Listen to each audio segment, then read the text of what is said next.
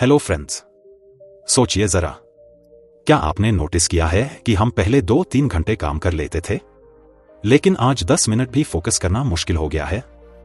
पहले लोग एक ही काम पर लंबे समय तक ध्यान लगा सकते थे।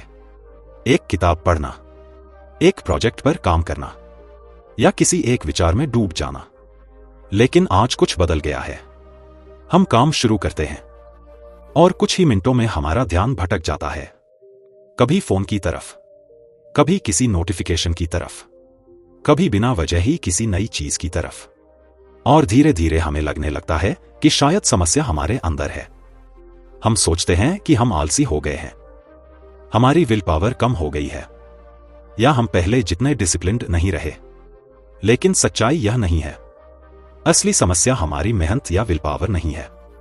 असली समस्या है हमारा बिखरा हुआ ध्यान।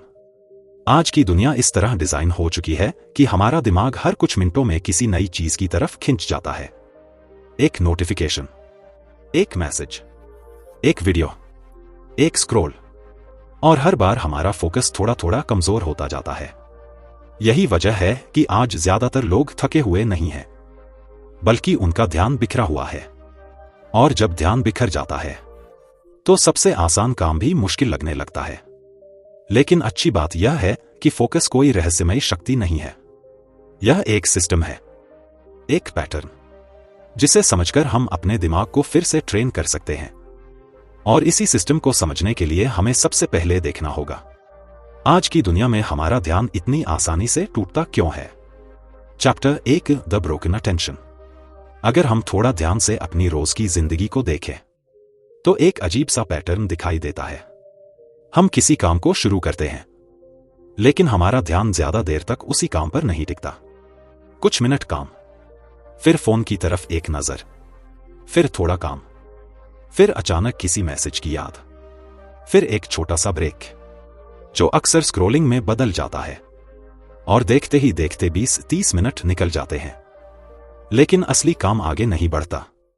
समस्या यह नहीं है कि हम काम नहीं करना चाहते। समस्या यह है कि हमारा ध्यान बार बार टूट रहा है। और जब ध्यान बार बार टूटता है तो दिमाग को हर बार फिर से उसी काम में वापस आने के लिए अतिरिक्त ऊर्जा लगानी पड़ती है। इसे मनोविज्ञान में कहते हैं अटेंशन फ्रैगमेंटेशन, यानी हमारा ध्यान छोटे छोटे टुकड़ों में बंट जाता है। और जब ध्यान बिखर जाता है तो गहरी सोच लगभग असंभव हो जाती है। पहले लोग लंबे समय तक एक ही चीज पर काम कर सकते थे, क्योंकि उनके आसपास इतना शोर नहीं था। आज हर कुछ मिनट में कुछ न कुछ हमारा ध्यान खींचने की कोशिश कर रहा है। एक नोटिफिकेशन, एक ईमेल, एक मैसेज, या बस यह एहसास कि शायद फोन में कुछ नया आया होगा। और सबसे खतरनाक बात यह है कि धीरे धीरे हमारा दिमाग इसी पैटर्न का आदी हो जाता है। अब उसे लगातार उत्तेजना चाहिए। अगर कुछ मिनटों तक कोई नई चीज नहीं मिलती तो दिमाग खुद ही कुछ नया ढूंढने लगता है। यही कारण है कि आज बहुत से लोग गहराई से सोचने की क्षमता खोते जा रहे हैं। लेकिन असली सवाल यह है, हमारा दिमाग हर बार नया और तेज उत्तेजना क्यों ढूंढता है?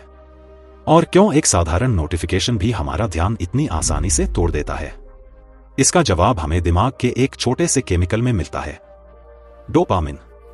और यही हम अगले चैप्टर में समझेंगे। Chapter 2, dopamine trap. अगर आप यह समझना चाहते हैं कि आज फोकस करना इतना मुश्किल क्यों हो गया है, तो हमें दिमाग के एक छोटे से केमिकल को समझना होगा। इसका नाम है डोपामिन। डोपामिन को अक्सर खुशी का केमिकल कहा जाता है, लेकिन असल में यह खुशी से ज्यादा उम्मीद और इनाम की भावना से जुड़ा होता है। जब भी हमारे दिमाग को लगता है कि हमें कोई छोटा सा इनाम मिलने वाला है, तो डोपामिन रिलीज होता है, और यही हमें उस चीज की तरफ खींचता है। यही कारण है कि जब फोन में एक छोटा सा नोटिफिकेशन आता है तो हमारा हाथ अपने आप फोन की तरफ बढ़ जाता है, क्योंकि दिमाग को लगता है कि शायद वहां कुछ नया है, कुछ दिलचस्प, कुछ ऐसा जो हमें तुरंत अच्छा महसूस कराएगा। और यहीं से शुरू होता है डोपामिन ट्रैप। हर स्क्रॉल, हर छोटा वीडियो, हर नोटिफिकेशन दिमाग को एक छोटा सा इनाम देता है, और धीरे धीरे दिमाग इस तेज और आसान इनाम का आदी हो जाता है।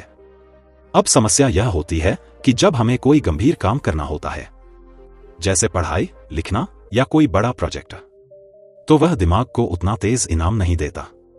उसमें समय लगता है, धैर्य लगता है, गहराई से सोचना पड़ता है, और दिमाग तुरंत तुलना करता है। एक तरफ फोन है, जहां हर कुछ सेकंड में नया इनाम मिलता है, और दूसरी तरफ काम है, जहां इनाम देर से मिलता है। ऐसे में दिमाग किसे चुनेगा? जाहिर है, आसान और तेज इनाम। यही कारण है कि आज बहुत से लोग काम शुरू करते हैं, लेकिन कुछ ही मिनटों में उनका ध्यान किसी और चीज की तरफ खिंच जाता है। यह आलस नहीं है, यह दिमाग का रिवॉर्ड सिस्टम है, जो बार बार हमें आसान रास्ते की तरफ ले जाता है। लेकिन अगर फोकस वापस पाना है, तो हमें इस सिस्टम को समझना होगा, क्योंकि फोकस सिर्फ विल पावर से नहीं बनता। फोकस एक सिस्टम से बनता है, और उसी सिस्टम को समझने के लिए हमें अगली चीज समझनी होगी।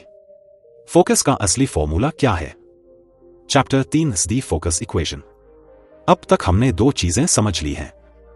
पहली, हमारा ध्यान इसलिए टूटता है क्योंकि आज की दुनिया लगातार हमारा ध्यान खींचने के लिए डिजाइन की गई है। और दूसरी, हमारा दिमाग तेज और आसान इनाम की तरफ खींचता है, जिसे हम डोपामिन ट्रैप कहते हैं। लेकिन यहां एक महत्वपूर्ण सवाल उठता है। अगर दिमाग इतना आसानी से भटक जाता है, तो कुछ लोग ऐसे भी क्यों होते हैं जो घंटों तक गहराई से काम कर लेते हैं?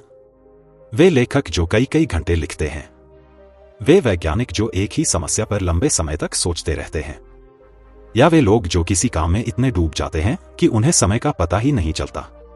उनमें ऐसा क्या अलग होता है? जवाब यह है कि वे सिर्फ मेहनती नहीं होते, वे अपने फोकस को सिस्टम की तरह डिजाइन करते हैं। इसी को इस किताब में कहा गया है, दी फोकस इक्वेशन। फोकस कोई जादू नहीं है, यह 4 चीजों के सही संयोजन से बनता है। पहली चीज है स्पष्ट लक्ष्य। जब दिमाग को साफ पता होता है कि उसे क्या करना है, तो वह कम भटकता है।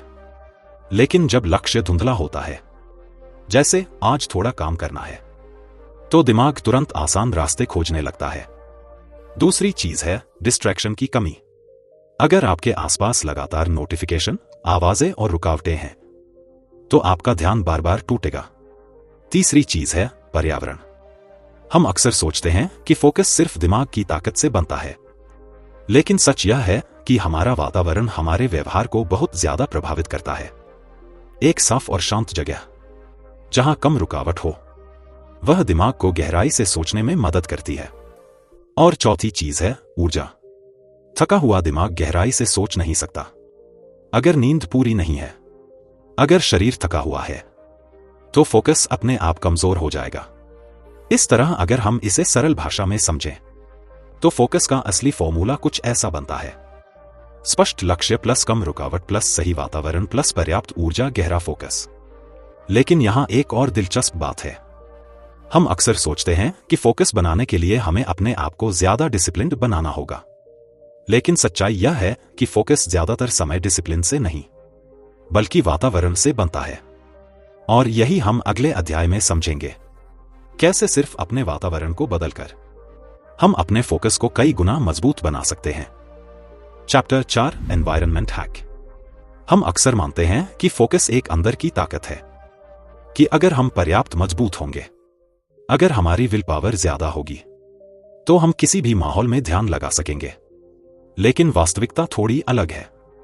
हमारा दिमाग उतना मजबूत नहीं है जितना हम सोचते हैं, और इसी कारण हमारे आसपास का वातावरण हमारे व्यवहार को बहुत गहराई से प्रभावित करता है। एक छोटा सा उदाहरण सोचिए। अगर आपका फोन आपके सामने मेज पर रखा है, तो भले ही आप उसे छू न रहे हों, फिर भी आपका दिमाग बार बार उसकी मौजूदगी महसूस करता रहेगा। कभी स्क्रीन की तरफ नजर जाएगी, कभी मन में आएगा कि शायद कोई नया मैसेज आया हो, और यह छोटी छोटी रुकावटें धीरे धीरे आपका ध्यान तोड़ देती हैं। इसी वजह से कई रिसर्च यह बताती हैं कि सिर्फ फोन का पास में होना भी फोकस को कमजोर कर देता है। यही कारण है कि बहुत से लेखक, वैज्ञानिक और क्रिएटिव लोग काम करते समय अपने आसपास का माहौल बहुत ध्यान से बनाते हैं। वे सिर्फ मेहनत पर भरोसा नहीं करते, वे पर्यावरण को अपने पक्ष में डिजाइन करते हैं। क्योंकि जब वातावरण सही होता है, तो दिमाग को फोकस करने में कम ऊर्जा लगती है। उदाहरण के लिए, एक साफ मेज, कम शोर वाला कमरा, फोन दूर रखा हुआ, और सामने सिर्फ वही चीज जो आपको करनी है। ऐसे माहौल में दिमाग को बार बार निर्णय नहीं लेना पड़ता। उसे हर मिनट यह तय नहीं करना पड़ता कि मुझे फोन देखना चाहिए या काम करना चाहिए। निर्णय पहले ही लिया जा चुका होता है। और जब निर्णय कम होते हैं तो फोकस गहरा हो जाता है। यही कारण है कि बहुत से सफल लोग अपने काम के लिए एक फिक्स्ड जगह और फिक्स्ड समय बनाते हैं, ताकि दिमाग धीरे धीरे उस जगह को गहरे काम से जोड़ने लगे। लेकिन यहां एक और दिलचस्प बात है। भले ही आपका वातावरण सही हो, फिर भी दिमाग हमेशा लंबे समय तक लगातार फोकस नहीं कर सकता। उसकी अपनी एक प्राकृतिक सीमा होती है, और यही हमें अगले अध्याय में समझना होगा। दिमाग कितनी देर तक गहराई से काम कर सकता है, और क्यों 90 मिनट का नियम फोकस के लिए इतना शक्तिशाली माना जाता है। Chapter 5, the 90 minute rule. हम अक्सर सोचते हैं कि फोकस का मतलब है जितना ज्यादा समय हो सके उतना लगातार काम करना, घंटों तक बिना रुके बैठना, थक जाने तक काम करना, और फिर खुद को यह साबित करना कि हमने बहुत मेहनत की है। लेकिन हमारा दिमाग इस तरह काम करने के लिए बना ही नहीं है। असल में हमारे दिमाग की अपनी एक प्राकृतिक लय होती है। वैज्ञानिक इसे कहते हैं अल्ट्रेडियन रिदम। इसका मतलब है कि हमारा दिमाग लगभग 60 से 90 मिनट तक गहराई से फोकस कर सकता है। उसके बाद उसे थोड़े समय के लिए आराम चाहिए होता है। जब हम इस प्राकृतिक लय को समझे बिना लगातार काम करने की कोशिश करते हैं तो धीरे धीरे दिमाग थकने लगता है, ध्यान टूटने लगता है, छोटी छोटी गलतियां होने लगती हैं, और काम की गति धीमी हो जाती है। लेकिन जब हम इस पैटर्न के साथ काम करते हैं तो स्थिति बिल्कुल बदल जाती है। मान लीजिए आप 70 या 80 मिनट तक पूरी गहराई से एक ही काम पर ध्यान देते हैं। फोन दूर, नोटिफिकेशन बंद, सामने सिर्फ वही काम। इस दौरान आपका दिमाग धीरे धीरे एक खास स्थिति में पहुंचता है, जिसे अक्सर डीप फोकस या फ्लो स्टेट कहा जाता है। इस अवस्था में काम करना आसान हो जाता है, विचार साफ आने लगते हैं, और समय बहुत तेजी से बीतता हुआ महसूस होता है। लेकिन इस अवस्था को बनाए रखने के लिए एक चीज जरूरी है, समय पर ब्रेक लेना। जब 60 से 90 मिनट का गहरा काम पूरा हो जाए तो 10-15 मिनट का छोटा सा ब्रेक दिमाग को फिर से ऊर्जा देता है। इस दौरान आप थोड़ी देर चल सकते हैं, पानी पी सकते हैं, या बस स्क्रीन से दूर बैठ सकते हैं। फिर अगला फोकस सत्र शुरू किया जा सकता है। इस तरह दिन भर में 3 या 4 गहरे फोकस सत्र कई घंटों के बिखरे हुए काम से कहीं ज्यादा प्रभावशाली होते हैं। लेकिन यहां एक और महत्वपूर्ण बात है, फोकस सिर्फ समय और वातावरण से नहीं बनता। अगर दिमाग के पास पर्याप्त ऊर्जा नहीं होगी तो सबसे अच्छा सिस्टम भी काम नहीं करेगा, और यही हम अगले अध्याय में समझेंगे। फोकस और ऊर्जा का रिश्ता इतना गहरा क्यों है। Chapter 6, energy and focus. हम अक्सर फोकस को सिर्फ दिमाग की क्षमता समझते हैं। हमें लगता है कि अगर हम ज्यादा डिसिप्लिन्ड बन जाएं, अगर हमारी विल पावर मजबूत हो जाए, तो हम किसी भी समय फोकस कर सकते हैं। लेकिन सच्चाई यह है कि फोकस सिर्फ मानसिक चीज नहीं है, यह उतना ही शारीरिक ऊर्जा पर भी निर्भर करता है। सोचिए, जब आप पूरी रात ठीक से नहीं सोते तो अगला दिन कैसा लगता है। दिमाग भारी लगता है, सोचने में ज्यादा समय लगता है, और छोटी छोटी चीजों में भी ध्यान भटकने लगता है। ऐसा इसलिए होता है क्योंकि हमारा दिमाग शरीर की ऊर्जा पर ही काम करता है। अगर शरीर थका हुआ है तो दिमाग गहराई से सोच ही नहीं सकता। इसी वजह से बहुत से लोग यह समझ नहीं पाते कि उनका फोकस क्यों कमजोर होता जा रहा है। वे अपने दिमाग को दोष देते हैं, जबकि असली समस्या ऊर्जा की कमी होती है। फोकस को मजबूत बनाने के लिए 3 चीजें सबसे ज्यादा महत्वपूर्ण होती हैं। पहली, नींद। जब हम अच्छी और गहरी नींद लेते हैं तो दिमाग अगले दिन ज्यादा साफ और तेज महसूस करता है। दूसरी, शारीरिक गतिविधि। हल्की एक्सरसाइज या चलना भी दिमाग में खून का प्रवाह बढ़ाता है, जिससे ध्यान और सोचने की क्षमता बेहतर होती है। और तीसरी, पोषण। अगर शरीर को सही ऊर्जा नहीं मिलेगी तो दिमाग भी कमजोर पड़ जाएगा। इसलिए अगर आप फोकस को बेहतर बनाना चाहते हैं तो सिर्फ समय और वातावरण पर काम करना काफी नहीं है। आपको अपने ऊर्जा सिस्टम को भी समझना होगा, क्योंकि जब शरीर और दिमाग दोनों संतुलन में होते हैं तभी गहरा फोकस संभव होता है। लेकिन अब भी एक सवाल बाकी है। भले ही हम वातावरण ठीक कर लें, ऊर्जा भी ठीक हो। फिर भी कभी कभी ध्यान अचानक टूट जाता है। ऐसे समय में हमें क्या करना चाहिए? यहीं पर काम आता है एक छोटा सा लेकिन शक्तिशाली तरीका, फोकस रीसेट। और यही हम अगले अध्याय में समझेंगे। चैप्टर 7, दी फोकस रीसेट। कभी आपने यह नोटिस किया है कि जब हमारा ध्यान एक बार टूट जाता है तो उसे वापस उसी गहराई में लाना बहुत मुश्किल हो जाता है। हम काम पर लौटने की कोशिश करते हैं, लेकिन दिमाग बार बार किसी और चीज की तरफ खिंच जाता है। कभी फोन देखने का मन करता है, कभी अचानक कोई और छोटा काम याद आ जाता है, और कभी बस ऐसा लगता है कि अभी काम करने का सही मूड नहीं है। यही वह पल होता है जब ज्यादातर लोग हार मान लेते हैं। वे सोचते हैं कि शायद आज उनका दिन अच्छा नहीं है, या आज फोकस करना मुश्किल है। लेकिन असल में समस्या इतनी बड़ी नहीं होती। दिमाग को सिर्फ एक छोटा सा रीसेट चाहिए होता है। जिस तरह कंप्यूटर कभी कभी धीमा पड़ जाता है और एक साधारण रिस्टार्ट उसे फिर से तेज बना देता है, वैसे ही हमारा दिमाग भी कभी कभी छोटे छोटे रीसेट से फिर से स्थिर हो सकता है। इस रीसेट के लिए एक बहुत ही सरल तरीका है। सबसे पहले, जो भी काम आप कर रहे हैं उसे एक पल के लिए रोक दीजिए। फिर गहरी सांस लीजिए और अपने दिमाग को कुछ सेकंड के लिए शांत होने दीजिए। इसके बाद अपने सामने सिर्फ एक ही छोटा कदम तय कीजिए। पूरा काम नहीं, सिर्फ अगला छोटा कदम। जैसे अगर आप लिख रहे हैं तो सिर्फ अगला पैराग्राफ, अगर पढ़ रहे हैं तो सिर्फ अगला पेज। जब दिमाग को छोटा और स्पष्ट लक्ष्य मिलता है तो वह फिर से धीरे धीरे उसी काम में डूबने लगता है। यही कारण है कि बहुत से लोग छोटे छोटे फोकस ब्लॉक्स का इस्तेमाल करते हैं। वे बड़े काम को छोटे हिस्सों में बांट देते हैं ताकि हर बार दिमाग को सिर्फ एक छोटा कदम दिखाई दे, और जैसे जैसे ये छोटे कदम पूरे होते जाते हैं फोकस फिर से मजबूत होता जाता है। लेकिन अगर हम सच में अपने फोकस को लंबे समय तक बनाए रखना चाहते हैं तो हमें सिर्फ छोटे रीसेट नहीं बल्कि एक दैनिक सिस्टम बनाना होगा। एक ऐसा सिस्टम जो हर दिन हमारे दिमाग को गहरे काम के लिए तैयार करे। और यही हम अगले और आखिरी अध्याय में समझेंगे, दैनिक focus system. Chapter 8, the daily focus system. अब तक हमने फोकस के कई हिस्सों को समझ लिया है। हमने देखा कि ध्यान क्यों टूटता है, डोपामिन कैसे हमें भटकाता है, पर्यावरण फोकस को कैसे प्रभावित करता है, और क्यों हमारा दिमाग 60 से 90 मिनट के चक्र में सबसे अच्छा काम करता है।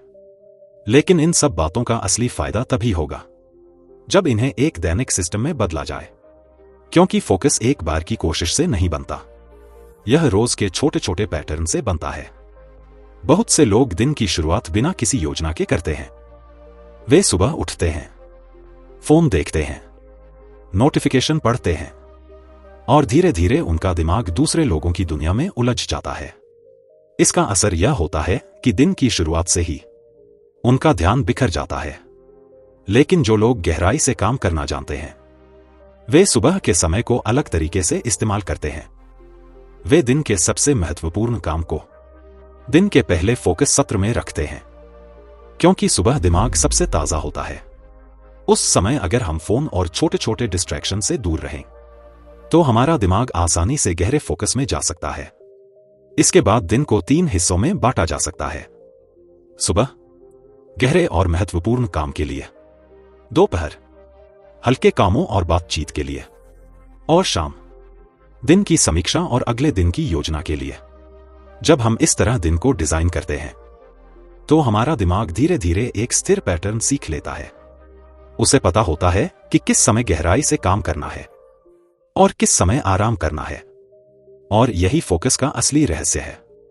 फोकस कोई अचानक आने वाली प्रेरणा नहीं है, यह एक संरचना है, एक सिस्टम है जिसे धीरे धीरे बनाया जाता है। जब वातावरण सही हो, ऊर्जा संतुलित हो और दिन का ढांचा स्पष्ट हो तो गहरा फोकस अपने आप बनने लगता है। और शायद यही दी फोकस कोड का सबसे महत्वपूर्ण विचार है।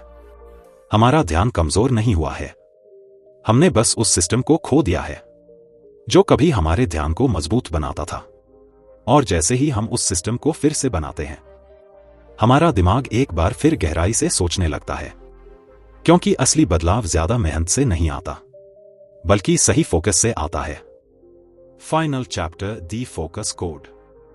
अगर हम इस पूरी किताब के विचार को एक ही वाक्य में समझें, तो वह शायद यह होगा: फोकस कोई जन्म से मिलने वाली क्षमता नहीं है, यह एक सिस्टम है। हम अक्सर सोचते हैं कि कुछ लोग स्वाभाविक रूप से ज्यादा केंद्रित होते हैं, कि उनके अंदर कोई खास शक्ति होती है जो उन्हें घंटों तक काम करने में मदद करती है। लेकिन वास्तविकता यह है कि ज्यादातर समय उनके पास सिर्फ एक बेहतर सिस्टम होता है। वे अपने वातावरण को इस तरह डिजाइन करते हैं कि उनका ध्यान बार बार न टूटे। वे अपने दिन को इस तरह व्यवस्थित करते हैं कि महत्वपूर्ण काम के लिए पर्याप्त समय और ऊर्जा हो। और वे यह समझते हैं कि फोकस लगातार संघर्ष करने से नहीं बनता, बल्कि सही परिस्थितियां बनाने से बनता है। जब हमारा दिमाग हर कुछ मिनट में किसी नई चीज से टकराता है, तो वह गहराई से सोच नहीं पाता। लेकिन जब हम अपने आसपास के शोर को कम कर देते हैं, तो वही दिमाग फिर से शांत और केंद्रित हो सकता है। यही दी फोकस कोड का मूल विचार है। फोकस बढ़ाने के लिए हमें अपने दिमाग से लड़ने की जरूरत नहीं है। हमें बस अपने सिस्टम को बदलना है। एक शांत वातावरण, स्पष्ट लक्ष्य, ऊर्जा से भरा हुआ शरीर और गहरे काम के लिए तय समय। जब ये चार चीजें साथ आती हैं, तो ध्यान अपने आप गहरा हो जाता है। और शायद सबसे महत्वपूर्ण बात यह है कि फोकस कोई एक दिन में बनने वाली आदत नहीं है। यह धीरे धीरे बनता है। हर बार जब आप अपने फोन को थोड़ी देर दूर रखते हैं, हर बार जब आप एक काम को पूरा ध्यान देकर करते हैं, हर बार जब आप अपने दिन को थोड़ा बेहतर डिजाइन करते हैं, तब आपका दिमाग एक नया पैटर्न सीखता है। धीरे धीरे वह बिखराव से निकलकर फिर से गहराई की तरफ लौटने लगता है। और शायद यही आज की दुनिया में सबसे दुर्लभ कौशल है, गहराई से सोचने की क्षमता। क्योंकि जब आप सच में फोकस करना सीख लेते हैं, तो सिर्फ आपका काम ही नहीं बदलता, आपकी पूरी जिंदगी बदल सकती है। क्योंकि असली प्रगति तेजी से नहीं होती, वह होती है गहरे फोकस से।